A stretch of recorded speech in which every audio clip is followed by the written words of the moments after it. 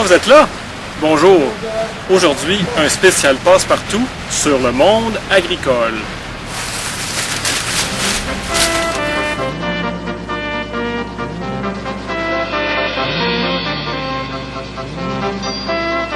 Pour une émission de télévision conçue pour les enfants défavorisés de Montréal, il est vraiment étonnant de voir à quel point Passe-Partout se passe sur une ferme.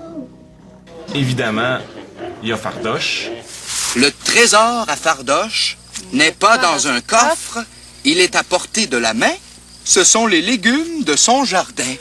Mais il y a aussi pour les marionnettes Rigodon et même cette terreur de la nature, Zigzag, qui passe vraiment beaucoup de temps sur une ferme.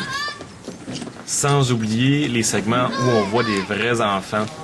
Commençons par Fardoche, ce personnage plus grand que nature, qui, dans sa ferme, avait évidemment des vaches, des poules, des moutons, des cochons, des oies, des lapins, des poussins malcommodes. Ah, poussin, t'es donc bête. Et dans ses champs, il fait pousser toutes sortes de légumes, comme du maïs, et aussi des céréales. Fardoche a aussi un grand verger de pommes, et même des ruches.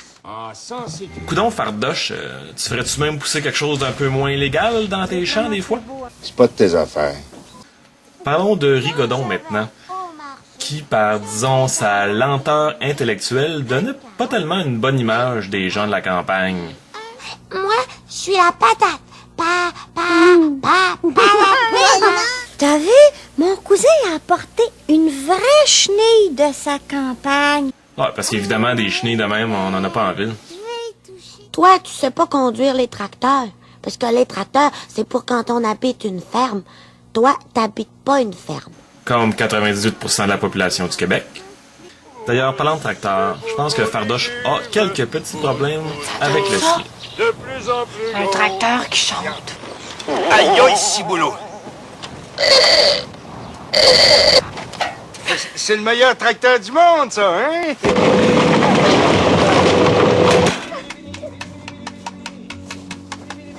Il y a beaucoup de choses qui me troublent avec cette scène-là. Premièrement, ils viennent de où, ces enfants-là? Puis qu'est-ce qu'ils font chez Fardoche, ce vieux moustachu célibataire?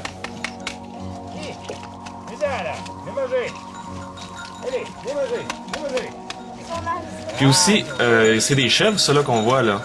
Puis il me semblait que Fardoche en voulait pas de chèvres chez eux. Fardoche, il faut que tu demandes à Tancrède de nous vendre sa chèvre. Qu'est-ce que tu veux que je fasse avec une chèvre chez nous, là? Pas pour ça, une chèvre, là. Ça fait pas juste brouter l'herbe. C'est tellement vorace que ça peut te dévorer n'importe quoi, soit les arbustes, les plantes, n'importe quoi. Finalement, si Passe-Partout passe autant de temps dans le monde agricole, c'est parce que ça fait partie intégrante de notre identité à nous, les Québécois. Et en plus, ça nous change des animaux plats de la ville, ça.